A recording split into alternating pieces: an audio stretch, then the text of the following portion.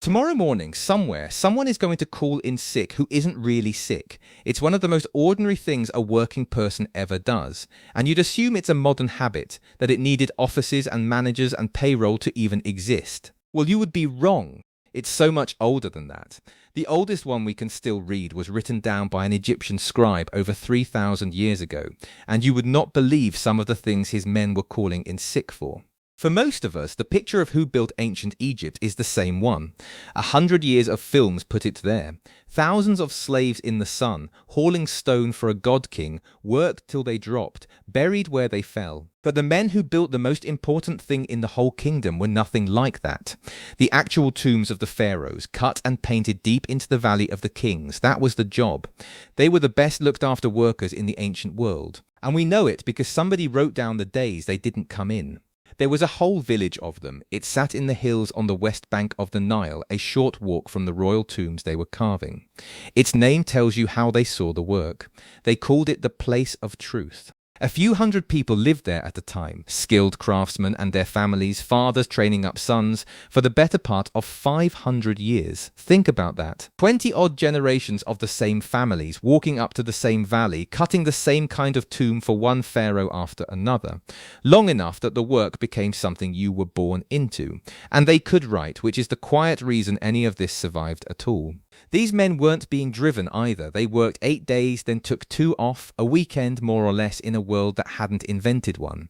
During the working stretch, they camped up by the tombs, then walked home to the village for their rest days. And the pay was real. Every man got grain month after month, enough to feed a household. They were given houses to live in. They even had servants to grind the grain, wash the clothes, and carry the water so the skilled men could spend their hours on the king's tomb. That 8 and 2 week was only the start of it.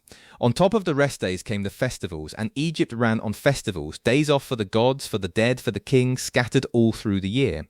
On the big ones, the state didn't just stand the men down. It sent extra bread and beer up to the village so they could celebrate properly. Add the rest days and the holy days together, and in some years more than a third of the calendar was time off. Not stolen, not skived, built into the job. So when one of them didn't turn up for work, what happened to him? You'd think a missing worker on a site that's sacred, building the resting place of a living god, the answer would be something harsh. It wasn't. When a man didn't come in, somebody simply noted it down next to his name with the reason, and a piece of one of those lists is still here. It's a flat flake of limestone in the British Museum about the size of a dinner plate, covered edge to edge in careful handwriting. Papyrus was costly. So for the everyday paperwork, the lists, the notes, the receipts, the village scribbled on whatever stone and broken pottery was lying about, then threw it out, which is exactly why so much of it survived, sitting in the dry desert for 3,000 years. And that scrap heap held far more than work rosters. Deir el-Medina is the best recorded ordinary village in the entire ancient world. We have their pay slips and their shopping lists, their loans and their lawsuits, their love poems and their schoolboy exercises, one workman's written complaint about another's behavior. From a Bronze Age crew who left it all in the sand, we don't just know that they existed, we know them. And this piece is a register, an attendance sheet for one crew, kept across about 280 days of a single year, the 40th year of Ramesses II, which puts it around 3,200 years ago. Down one side, 40 men, by name. Beside each name, the days he missed. And above most of those days, in red ink so it stood out, a word or two for why. This is the part that stops you. Most of the reasons could go straight into your own work chat tomorrow. The commonest one by a mile is just ill. Men took days because they were sick, exactly like you do. One fellow, Heinefer, keeps turning up with the same complaint. His eye. And then his eye again. A man named Seba was off because a scorpion got him, which is a stronger note than most of us could hand in. And running all through the list again and again is a man away brewing beer.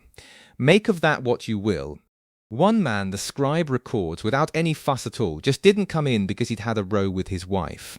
And that went down on the official record too, in the accounts of the king's own tomb. Then there are the ones that land a little stranger because they come from a different world. A man called Penub took a day because his mother was ill. Others were off to wrap a dead relative for burial, the slow sacred work of preparing a body which fell to the family and came before even the king's tomb. Some were building their own houses. Some were off doing private work for the foreman, which was allowed in moderation, and the scribe logged it without a hint of complaint. And once in a while, a man stayed home because his wife or his daughter was bleeding, her time of the month. In their world, that was reason enough for a man to step back from the sacred work for a few days, and nobody argued the point. And notice how familiar the shape of it is, even from this far away. A name, a date, a reason, written down by the one man whose job was to keep track of who showed up. The scorpions and the wrapped bodies belong to another world entirely. But a list of people who were out, with a little note on each one explaining why, kept by someone above them. That part you already know by heart. So they got all that time off. But here's the question that should actually stop you. Did any of it cost them? It didn't. Not one of these men lost a thing for being absent. The grain still came. Line up the days they missed against the rations they were paid, and the numbers barely move. Paid when they were sick, paid when they were burying their dead, paid when they were off brewing beer. This was paid leave. 3,000 years before anyone thought to give it a name.